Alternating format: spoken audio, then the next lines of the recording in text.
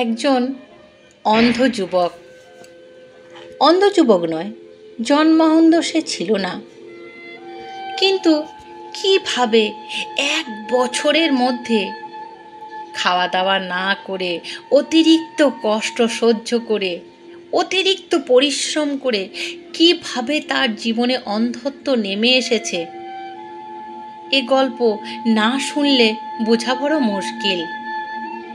কণ্ঠে বৈশাখীতে তোমাদের স্বাগত জানাই। আজকে আমি তোমাদের যে গল্পটা শোনাবো সেটা হলো জলধর সেন মহাশয়ের লেখা অন্ধের কাহিনী। আমি অন্ধ, আমি জন্মান্ধ নই। আজ 1 বছর আমি অন্ধ হয়েছি। তাই চোখ না থাকার কি দুঃখ তা কিন্তু আমি বুঝতে পারছি। এই 1 বছরে আমার এই অন্ধত্ব 100 বছরের মতো মনে হচ্ছে। স্মৃতি আজও কিন্তু পুরনো হয়নি। অন্ধের স্মৃতি সমধিক তীক্ষ্ণ।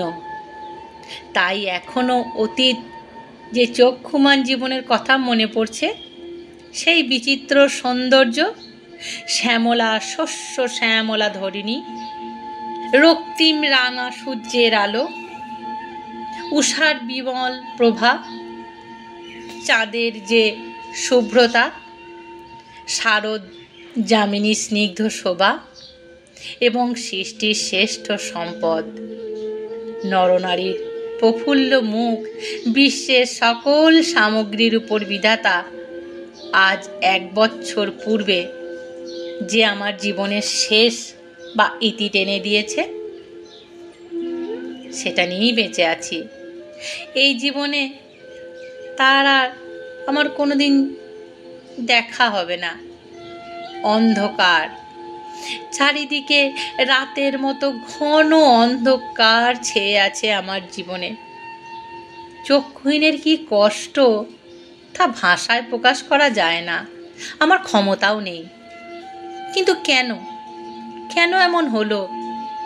তা যাদের চক্ষু হারিয়েছে, জীবন ব্যর্থ হয় নাই, তাদের কি শুনবার অবসর হবে? শুনলে তোমরা বুঝতে পারবে আমার মতো হতভাগ্য পৃথিবীতে বেশি কিন্তু নেই। আমি পল্লীগ্রামের গৃহস্থের সন্তান। পিতা সম্পন্ন অবস্থার লোক কিন্তু ছিলেন না। ভালো লেখাপড়া আমি শিখতে পারি নাই। ভদ্র কায়স্থ ঘরের মূর্খের অনন্ত বিপদ। ভদ্রলোকের উপযোগী কোনো জীবিকা অবলম্বন করার ক্ষমতা নাই। কোনো নীচ কাজ করার আবার কিন্তু অগৌরবের। পিতা সামান্য তহসিলদারি করিতেন। মা আমার বড় লক্ষ্মী ছিলেন। তার গুণে পিতার সামান্য উপার্জনে আমরা কোনোদিন অন্ন কষ্ট পাইনি, সহ্যও করতে হয়নি। পল্লীগ্রামে পিতার কুপোষ্য নিষ্কর্মা আড্ডাপ্রিয় লোকের মতো আমিও নির্ভাবনায় আড্ডায় আড্ডায় ঘুরে বেড়াতাম। বৃদ্ধ পিতা মাথার ঘাম পায়ে ফেলে পরিশ্রম করত আর আমাকে প্রতিপালন করত। স্নেহ অদীক্ষবশত তিনি আমাকে কোনো দিন তার দুঃখ কষ্টের কথা বলেন নাই। ঘরে আমি একমাত্র সন্তান। হতভাগ্যের সুখ বিধাতা সহ্য হয় না। একটি স্নেহমুগ্ধ নির্বোধ বালকে অজ্ঞাত জেনে সুখ তা সহ্য হবে কি করে? বিধাতাকেই বা দোষ দিই কেন? নিজের অদৃষ্টের বিড়ম্বনাকে। 16 বছর বয়স তখন আমার। তখন ওলা ওঠায় আমার মা আমাকে ছেড়ে চলে গেলেন। কষ্ট কি আমি সেই দিন প্রথম জানতে পারলাম। সেই কিন্তু আমার কষ্টের আরম্ভ। তারপর নদীর ঢের মতো কষ্টের উপর কষ্ট, কষ্টের উপর কষ্ট আসতে লাগলো। শুষ্ক জীর্ণ ছোট্ট একটি ঘাস যেমন ভেসে চলে, যে জানে না এ কষ্টের, এই নিদারুণ দুঃখ দারিদ্র্যের অবসান কোথায়। আমার অবস্থাও ঠিক সেই রকম। বলিয়াছি, বাবার বয়স হয়েছে। এই দুর্ভাগ্য বাংলাদেশে তাহার মতো পাকা চুলে, জরাজীর্ণ শরীরে এই বৃদ্ধের হাতে কোন কন্যাদায়গ্রস্ত পিতা তার মেয়েকে তুলে দেবেন বা তুলে দেওয়ার আগ্রহ প্রকাশ করবেন? এমন কায়স্থ সন্তানের কিন্তু অভাব নেই। আমার মা মারা যাবার পর বাবা বড়ই কাতর হয়েছিলেন মায়ের জন্য। সংসারে তার বিরাগ জন্মেছিল। তাই আমার বাবার প্রিয় বন্ধু বান্ধবেরা পরামর্শ দিলেন একটি মেয়েকে বিয়ে করার জন্য।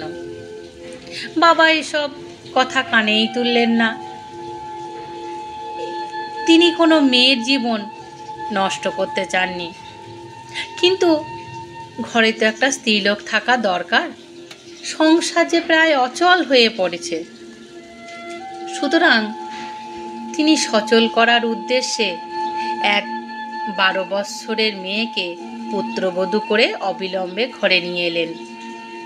তখন আমি 17 বছর অতিক্রম করেছি।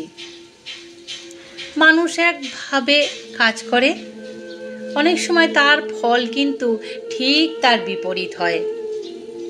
বিয়ের 6 মাস পরে আমার বাবাও মারা গেলেন। গৃহে আমরা স্বামী স্ত্রী, কিন্তু কপোদ্যক শূন্য। গ্রামের 5 জন সহৃদয় লোকের সাহায্যে কোনো প্রকারে আমি বাবার অন্ত্যেষ্টিক্রিয়া করতে পারলাম এবং বাবার শ্রাদ্ধ কাজ ভালোভাবেই সম্পন্ন হলো। তারপর একদিন কি খেয়ে কাটাবো তার আর উপায় দেখতে পেলাম না। এর উপরে আবার একটা বিপদ। বাবা যে জমিদারের চাকরি করতেন, তাহার হৃদয় নামে কোনো বস্তুই তার মধ্যে ছিল না। বাবা প্রাণপণে তাহার প্রভুর সেবা করেছেন।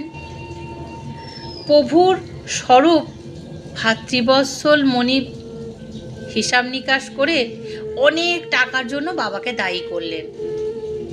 বাবা তখন স্বর্গে, দেনার দায় আমার ঘাড়ে এসে পড়ল। সম্পত্তির মধ্যে ছিল একখানি খড়ের ঘর বা খড়ের ছাউনি দেওয়া বাড়ি। জমিদারের দৃষ্টিপাত মাত্রই দেখতে দেখতে স্থাবর সম্পত্তিটুকু উড়ে গেল। এই বিস্তীর্ণ পৃথিবীতে আমাদের স্বামী স্ত্রীর একখানি বস্ত্র পরা ছাড়া, শোক তাপ দারিদ্রতা ছাড়া আর কিছুই স্থাবর অস্থাবর থাকলো না। বর্তমান 18 বছর বয়সে প্রথম যৌবন, প্রথম পৃথিবী তখন স্বর্গ বলে মনে হয়।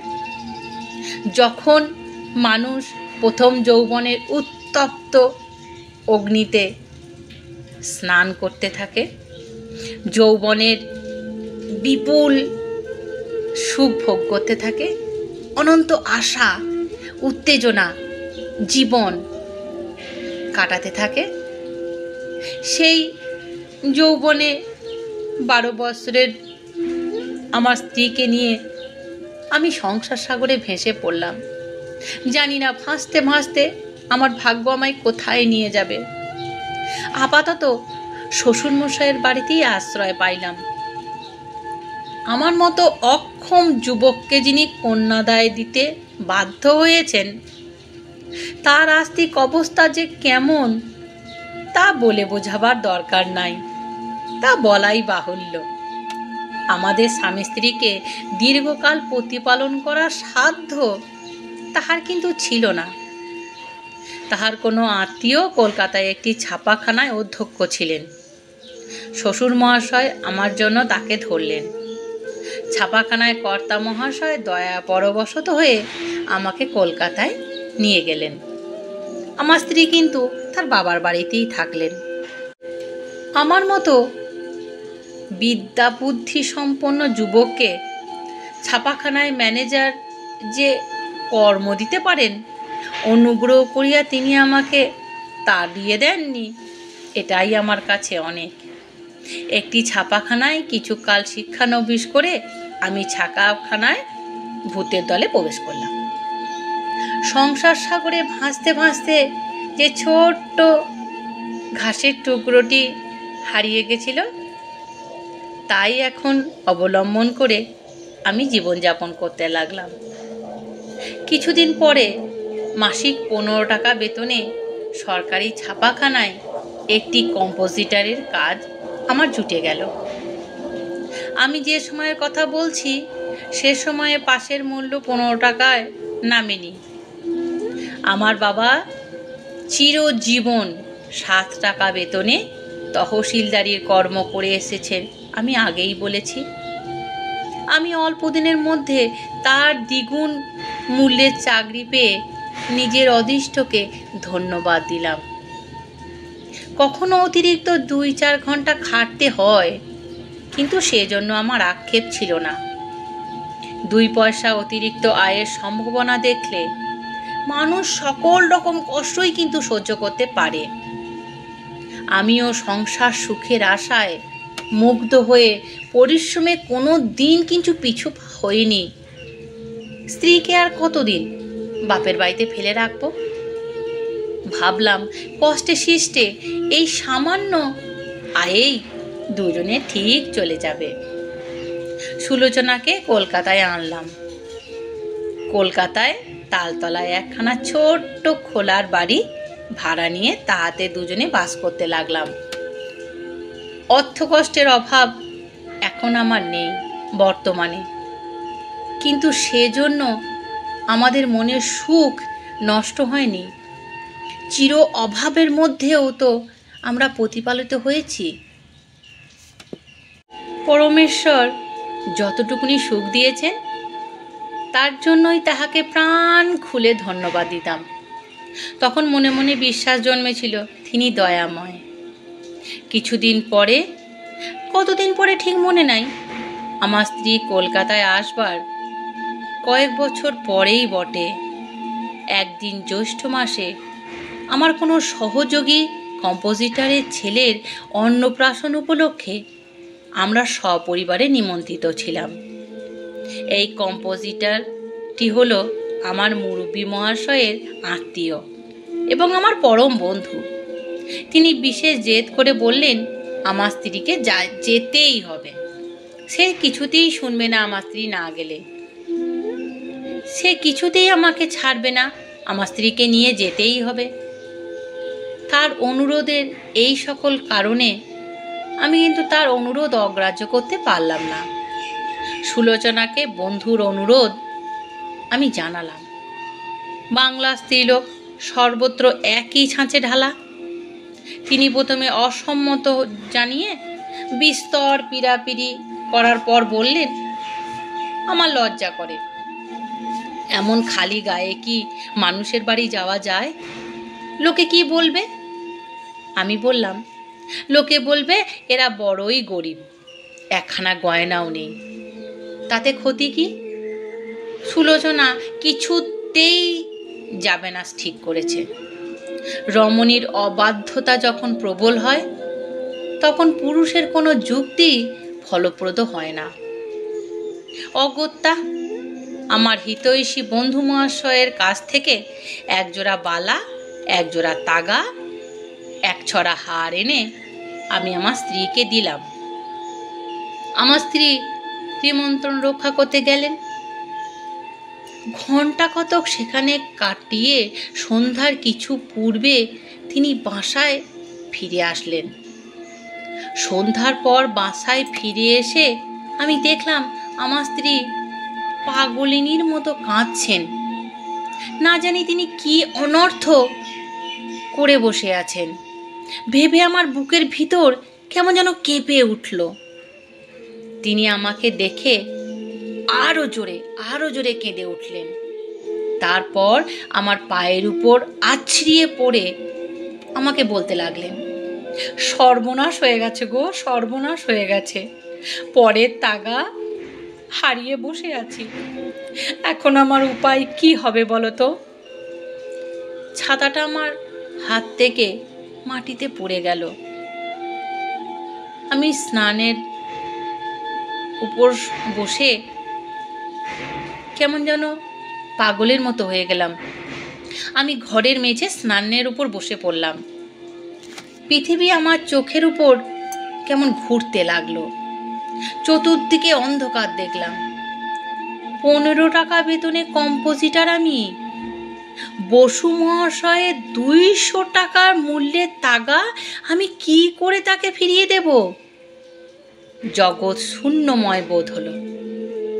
অনেকক্ষণ ভেবে যখন কিছুই স্থির করতে পারলাম না, তখন অগত্যা নিরাশার সান্ত্বনা বুকে বাঁধতে লাগলাম। কি করে তাগা হারালো বলতো? তাহার কারণ সন্ধান করতে আমি জানতে পারলাম আমার স্ত্রী তাগা দুগাছা খুব ঢলঢল করছে, হাতে বড় হয়েছে। এই কারণে সে খুলে বালিশের নিচে রেখেছিল এবং বালিশের নিচে রেখে কল লেগেছিল হাত মুখ ধুয়ে আসতে। সেখান থেকে ফিরে এসে অন্য কাজে তিনি ব্যস্ত হয়ে গেছেন। তাগার কথা তার মনেই ছিল না। তাগার কথা যখনই মনে পড়েছে, তখন তিনি তাগা জোড়াটা আঁচলে বেঁধে রেখে রান্না কাজ করতে বা কাজকর্ম লাগবেন এটা ভেবে যখন বালিশের নিচে তিনি খোঁজ করেন, তখন সেটা আর বালিশের নিচে ছিল না, দরজা খোলা ছিল। যখন তিনি বালিশ তুলিয়ে দেখেন, তখন দেখে তাগা নেই। ঘরের সর্বস্থান তন্ন তন্ন করে খোঁজা হয়েছে, কিন্তু তাগা মেলেনি। হৃদয়ের আগ্রহে যদি খোয়া জিনিস পাওয়া যেত, তাহলে পুত্রহারা জননীর কান্না আর ব্যর্থ হতো না। একটা চিন্তা আমার সর্বাপেক্ষা কষ্টকর হয়েছিল। বসু মহাশয়কে যদি বলি তাগা জোড়াটা হারিয়ে গেছে, কিন্তু তিনি কি বিশ্বাস করবেন? আমি গরিব। তার এবং তার স্ত্রীর মনে হবে আমি মনে হয় তাগা বিক্রি করে খেয়েছি। তবে আমি কেমন করে তার বিশ্বাস জোগাড় করব? সত্যই তো তাগা জোড়া হারিয়ে গিয়েছে। পুলিশ এসে আমার যদি বাড়ি খানা তল্লাশি করে, না না না না না, অপমানের কোনো সীমা থাকবে না। আমি গরিব। আমি যে 200 টাকা ভেঙে সোনার তাগা গড়িয়ে বসু মহাশয়কে ফেরত দেব, আমার পক্ষে তা অসম্ভব। কিন্তু আর উপায় তো নেই। আমার সুনাম, আমার কর্তব্য একদিকে, অন্যদিকে আমার জীবন। জীবন পণ করে আমি আমার সুনাম এবং কর্তব্য বজায় রাখব, এটা আমি প্রতিজ্ঞা করে নিলাম। আমার স্ত্রীকে বললাম তিনি এই টাকা হারানোর সম্বন্ধে যেন কারো কাছে কোনো রকম কথা না বলেন, মুখ না খোলেন, কোনো গল্প না করেন। কিন্তু পরদিন প্রভাতে অলংকার কোথায় পাবো? রাত্রি সকাল হলো। আমি ভাবনার সমুদ্রে ডুবে রইলাম। আমার স্ত্রী অপরাধিনীর মতো এক কোণে চুপ করে বসে রইল। বেলা বাড়তে সেভিংস ব্যাংকের খাতাখানা আমি বার করলাম। দেখলাম তাতে 42 টাকা 6 আনা আছে। কখন কখন 2-1 আনা টাকা বাঁচিয়ে বাঁচিয়ে ডাকঘরে সুদে আসলে এই টাকা সঞ্চিত হয়েছে। এ টাকা 2 ভরি সোনার পক্ষে যথেষ্ট নয়। আমাকে আরও একটা দিনের মধ্যে 8 ভরি ওজনের তাগা বানিয়ে দিতে হবে। পরের গয়না 2 দিনের বেশি কি বলে আমি ঘরে রাখবো? দুপুরে আমি বেরিয়ে পড়লাম। তালতলায় এক স্বর্ণকারের দোকানে ফার্ম ছিল। তার দোকানে গিয়ে তাদের তৈরি অলংকারগুলো, স্বর্ণালংকারগুলো আমি দেখতে চাইলাম। তারা যে কয়েক জোড়া তাগা বার করলো, তার মধ্যে এক জোড়া ঠিক সেই হারানো তাগার মতো, ততই বড়, সেই রকমই কাজ করা, ওজনেও ঠিক সেই রকম বলেই আমার মনে হলো। মূল্য জিজ্ঞাসা করে জানতে পারলাম 180 টাকা তার দাম। আমি এই রকমই মনে করেছিলাম। পরদিন আসিয়ে আমি বললাম দোকানদারকে আমি পরের দিন নিয়ে যাব। টাকা কোথায়? 150 টাকা আরও অবশ্য। আমার মতো সামান্য কম্পোজিটরকে কলকাতা শহরে কোন লোক 150 টাকা ধার দিতে পারে? একথা সম্ভব বলে আমার মনে হলো না। লোকেরাও সেজন্য আমার কাছে যে অপরাধী সেটাও আমার মনে হলো না। আমায় কি দেখে তারা টাকা দেবে? কয়েকজন কম্পোজিটর বন্ধুর নিকট আমি চেষ্টা করলাম। তাদের অধিকাংশের অবস্থা ঠিক আমারই মতো। শেষে আমি জানতে পারলাম আমাদের প্রেসে যিনি বড়বাবু, তিনি মহাজনী করেন। স্থির করলাম তার কাছেই ধার করব। কিন্তু এত টাকা ধার নেবার কি কারণ দেখাবো? সত্যি কথা বলা যায় না, মিথ্যা বলতেই হবে। শ্বশুরের কোনো আসন্ন বিপদের কথা জানিয়ে আমি টাকা নেব। যারা আমার এই গল্প শুনছো তারা আমাকে মিথ্যাবাদী বলে ঘৃণা করছো না, কিন্তু সত্য মিথ্যা তখন আমার জ্ঞান ছিল না। আমার তখন একমাত্র কথা মনে জাগছে, টাকা পরের দিন ফেরত দিতেই হবে। রাতে আর বড়বাবুর কাছে গেলাম না। আমি বাসায় ফিরে আসলাম। বাসায় ফিরে এসে দেখি আমার স্ত্রী একই জায়গায় বসে রয়েছে। ওই 2 দিনে বেচারার শরীরে অর্ধেক রক্ত শুকিয়ে গেছে। আমার নিজের মানসিক কষ্টের উপর তার অবস্থা দেখে আমার হৃদয় বিদীর্ণ হয়ে কেন জানি চূর্ণ চূর্ণ হয়ে যেতে লাগলো। আমি তার হাত ধরে তুললাম, তাকে সান্ত্বনা দিলাম। আমি যা মতলব করেছি তা সকলেই খুলে বললাম। সে বলল, এ টাকা শোধ হইবে কি করে? আমি বললাম, সুলোচনা, কিছু চিন্তা করো না। যদি আমার চোখ দুটি বজায় থাকে তো আমি সম্বৎসরের মধ্যে ঋণ পরিশোধ করব। তোমার মুখ যদি আমি আনন্দ দেখতে পাই, তোমার মুখে যদি আমি খুশি দেখতে পাই, তাহলেই আমি পরিশ্রমকে পরিশ্রম বলে মনেই করব না। তুমি আর অধীর হইও না। সুলোচনা নিরাশা সুরে বলল, বুঝেছি গো, মান বাঁচাবার জন্য নিজের সুখ, নিজের শরীর সমস্ত নষ্ট করবে স্থির করেছ না? আমি তোমার সর্বনাশ করলাম। পরদিন সকালে বড়বাবুর কাছে আমি একটা ঋণের কাগজ লিখে 140 টাকা ধার করলাম। বড়বাবুর সুদ কিছু বেশি। কম্পোজিটরগণ অনেক সময় তাকে জাসু বলিত। যাক, সেসব কথা আমি তার নিন্দা করব না। অসময়ে যিনি আমার বড় উপকার করিয়াছেন তার কি করে নিন্দে করি? মাসে শতকরা 2 টাকা সুদের উপরেই আমি টাকা নিলাম। তমসুকের গোড়াতেই কিস্তি বন্ধ ছিল। তমসুক মানে ঋণপত্র, যেখানে লেখা থাকে আমি কত টাকা ঋণ নিয়েছি, কত টাকা আমাকে ঋণ পরিশোধ করতে হবে, সেই সবের কাগজ। প্রতি মাসে 15 টাকা করিয়া শোধ করিতে হবে। নিজের অবস্থার কথা না ভেবে, কোনো চিন্তা না করে বড়বাবু শেষ সত্য করলেন, আমি তাতেই রাজি হলাম। গয়না যে আজ আমাকে ফেরত দিতেই হবে। অফিসে যেতে সকালে সকালে আমি ফিরে আসব, তার জন্য আমাকে সকাল সকাল যেতে হবে। তাগা জোড়াটি আমাকে কিনতে হবে। আমার মাথার কোনো ঠিকই নেই, আমি কি বলতে যে কি বলছি। আমাকে তাগা জোড়া কিনতে হবে।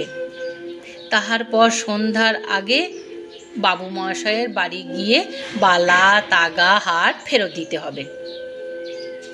কার্যবশে অলংকার ফেরত দিতে দুদিন আমার বিলম্ব হয়ে গেছিল, তার নিকট ক্ষমা প্রার্থনা করিব।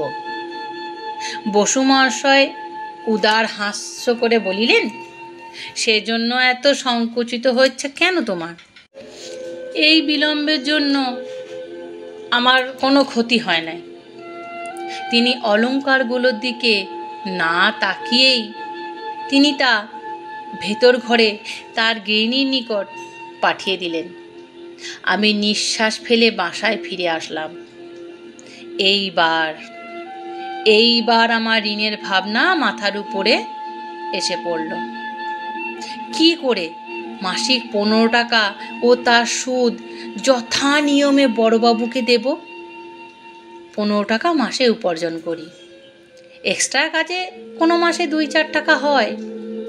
দীর্ঘকাল স্বামী স্ত্রীতে অনাহারে থেকে ঋণ শোধ করা কখনোই সম্ভব তো নয়।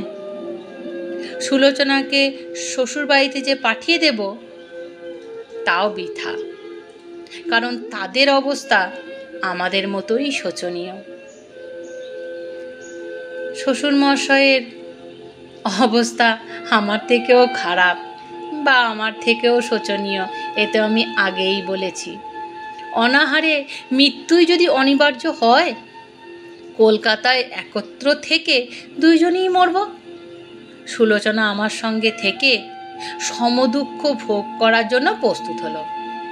সে আমাকে বলল, আমার নির্বুদ্ধিতার জন্যই তো তোমার এত জ্বালা, আর এই দুর্দিনে তোমাকে বিপদে ফেলে কোন মুখে বাপের বাড়ি গিয়ে আমি বসে থাকব? দুঃখ যদি হয় আমরা দুইজনেই তা ভোগ করব। হিন্দু মেয়ে হয়ে আমি জন্মেছি, আর স্বামীর এই দুঃখ আমি ভাগ করে নেব না? আর যে দুঃখ আমার দ্বারা সৃষ্টি হয়েছে। মুহূর্তের জন্য মনে হলো জগতের মধ্যে আমি সর্বাপেক্ষা দুঃখী ব্যক্তি নই। আমার সঙ্গে আমার এই অবস্থায় আরও কাউকে আমি পৃথিবীতে খুঁজে পেয়েছি। আমি তাকে দেখতে পেয়েছি। প্রিয়তমা পত্নীর সেই ভালোবাসা হৃদয়ের অক্ষয় কবচ স্বরূপ আমি গ্রহণ করলাম। ভগবানের করুণার উপর নির্ভর করলাম।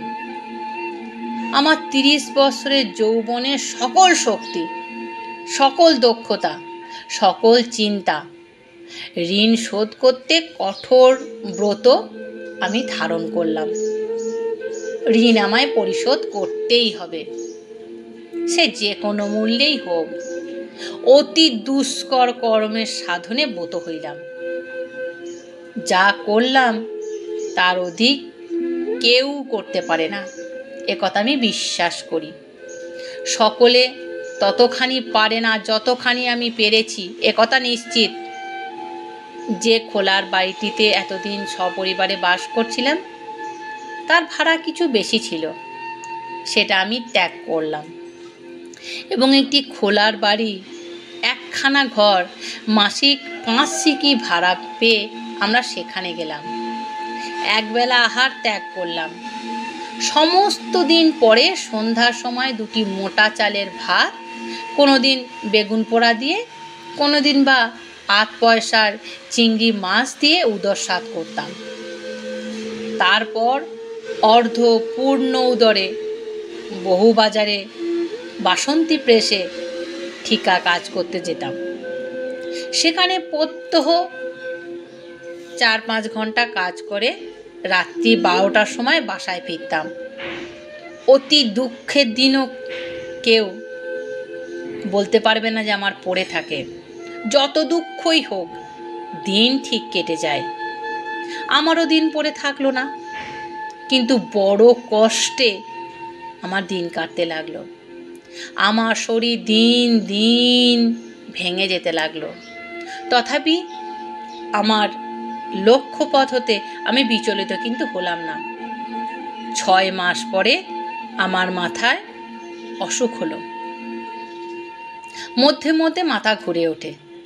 শরীর এত দুর্বল যে নিজের শরীর টানবার সামর্থ্য পর্যন্ত আমি ক্রমে ক্রমে হারিয়ে বসলাম। উপযুক্ত আহার নাই, চোখে ঘুম নেই, মনে শান্তি নেই। দুঃখময়, কষ্টময়, অসহনীয় জীবন প্রতিদিন অবিরাম পরিশ্রমে পাত করতে লাগলাম। জীবনের ভার এবং কর্তব্যের কঠোরতা কি দুর্বহ। এমনি করে ঠিক 8 মাস কেটে গেল। পরমেশ্বরকে ধন্যবাদ জানাই, এই 8 মাসের মধ্যে আমি একদিনও শয্যাগত হই নাই। 8 মাসের শেষে বড়বাবু দেনা শোধ করে ঋণের যে কাগজটি ছিল সেই কাগজটা ফিরিয়ে নিয়ে এসে বাসায় আসলাম।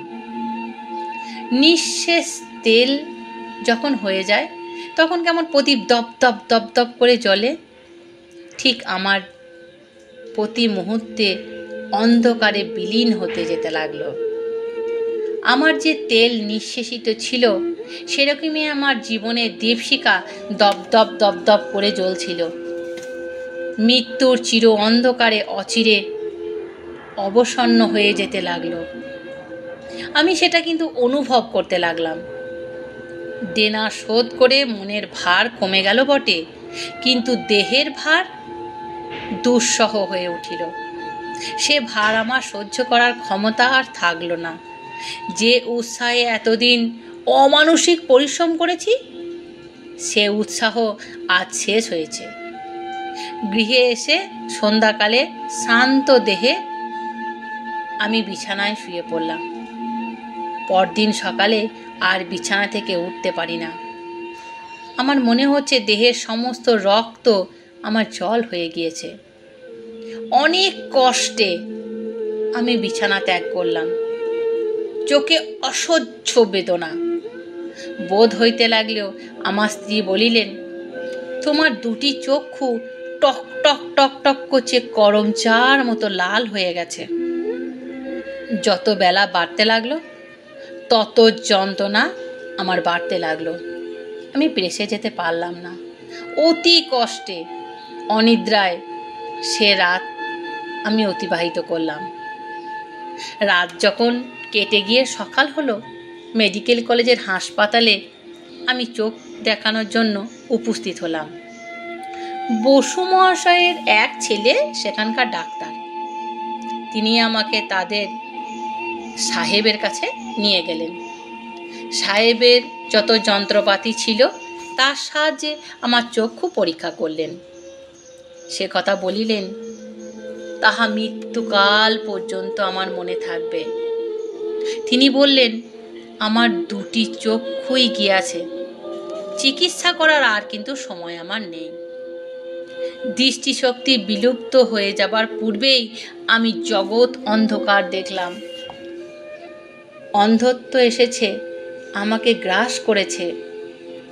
অর্ধশনে 8 মাস কাটিয়েছি, কিন্তু অনশনও অভ্যাস করতে পারি নাই।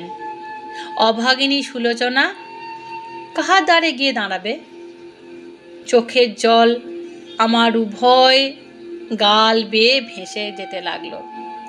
আত্মসংবরণ করতে আমি পারলাম না।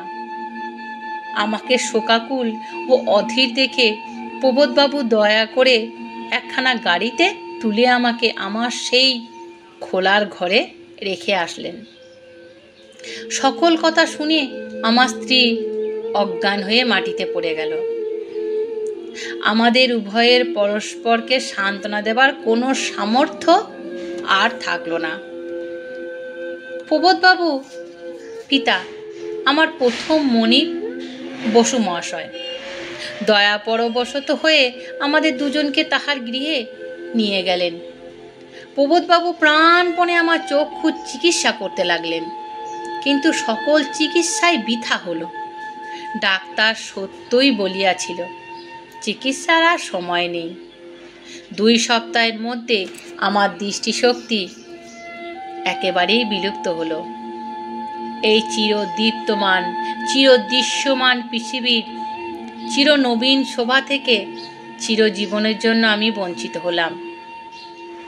একদিন বসু মহাশয় কথা প্রসঙ্গে আমাকে বললেন, ললিত, প্রবোধ বলতেছি, চোখের অতিরিক্ত পরিমাণ পরিচালনা তোমার অন্ধত্বের কারণ হয়েছে।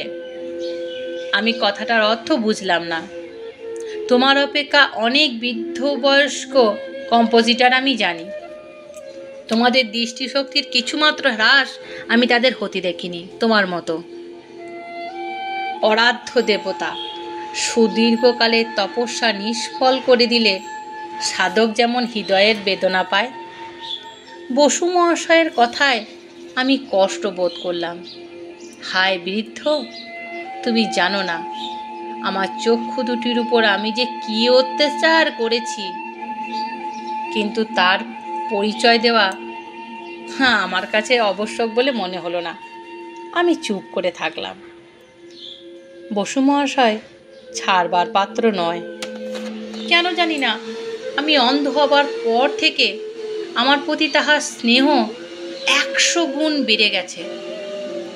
তার যে প্রশান্ত মুখের ছবি আমি দেখতে পেয়েছি, তার যে করুণ কণ্ঠস্বর আমি শুনেছি, তা আমার হৃদয় অনুভব করেছে। এই নিরুপায়ের অবলম্বন করেই বিধাতা বুঝি আমাকে তার কাছেই পাঠিয়ে দিয়েছে। তার আগ্রহে আমি ধীরে ধীরে সকল কথা খুলে বললাম। প্রথমে আমি মুখ খুলিতে চাইনি, কথা বলতে ছিলাম না। আমি তো জন্মান্ধ নই, অভ্যাস সহজে হয় না। অবশেষে বুঝলাম চোখে জল আসছে। তখন চক্ষু আমি নিচে নামিয়ে নিলাম, কিন্তু আত্মগোপন করতে পারলাম না। দুরবস্থায়, যন্ত্রণায়, শোকে কথা বলতে বলতে আমি বসু মহাশয়ের সামনে কেমন যেন হাউমাউ করে কেঁদে ফেললাম। কিন্তু আমার কথা শেষ করবার অবসর না দিয়ে তিনি বললেন, ললিত, তোমার জীবনের সাররত্ন আমি নিজের হাতে নষ্ট করেছি। কেন তোমাকে বললাম না আমার গয়নাগুলো কেমিক্যাল শোনায়? আমি তোমাকে প্রবঞ্চিত করেছি, কিন্তু তুমি অগাধ বিশ্বাসে সেই প্রবঞ্চনার কি কঠোর প্রতিফল দান করলে। তোমার চোখ ফিরিয়ে দেওয়ার সাধ্য আমার নাই, কিন্তু যতদিন বসু বংশের কেউ দুটি অন্ন মুখে তুলবে, ততদিন তোমার এবং তোমার স্ত্রীর অন্নের অভাব হবে না। তুমি আমাকে ক্ষমা করো। বৃদ্ধ 2 হাত আমার বুকে ধারণ করলেন। অন্ধের সান্ত্বনার শেষ অবলম্বনটুকু এক মুহূর্তে নির্বাহ হয়ে গেল। বিধাতা আমার চক্ষু গ্রহণ করে আমাকে অনন্ত দুঃখ দান করেছে, এটা ঠিক। এখন জীবন গ্রহণ করে মৃত্যুদান করলেই এ অন্ধ, অসহায়, অপরাশিত হতভাগ্যের অন্তিম শান্তি লাভ হয়। ভগবান তাহাও কি এত দুর্লভ? আমার গল্প যদি তোমাদের ভালো লেগে থাকে তাহলে আমার চ্যানেলটিকে সাবস্ক্রাইব করো, আর নিজেদের নিকট আত্মীয়র সঙ্গে আমার এই গল্প শেয়ার করো। তাদের যদি ভালো লাগে তারা নিশ্চয়ই আমার চ্যানেলটিকে সাবস্ক্রাইব করবে এবং কমেন্ট করে জানাবে তাদের কেমন লাগলো। তোমরা আমার বন্ধু, তোমরা আমার পরিবার। তোমরা যদি আমায় সাহায্য না করো, আমি তোমাদের সাহায্য ছাড়া বেশি দূর আগাতে পারবো না। এরকম আরও অনেক ভালো ভালো গল্প আমি তোমাদের শোনাতে চাই, সেগুলো আমার আর শোনানো হবে না। আমায় সাহায্য করো, আমায় এগিয়ে যেতে দাও। ভালো থেকো, সুস্থ থেকো, সাবধানে থেকো।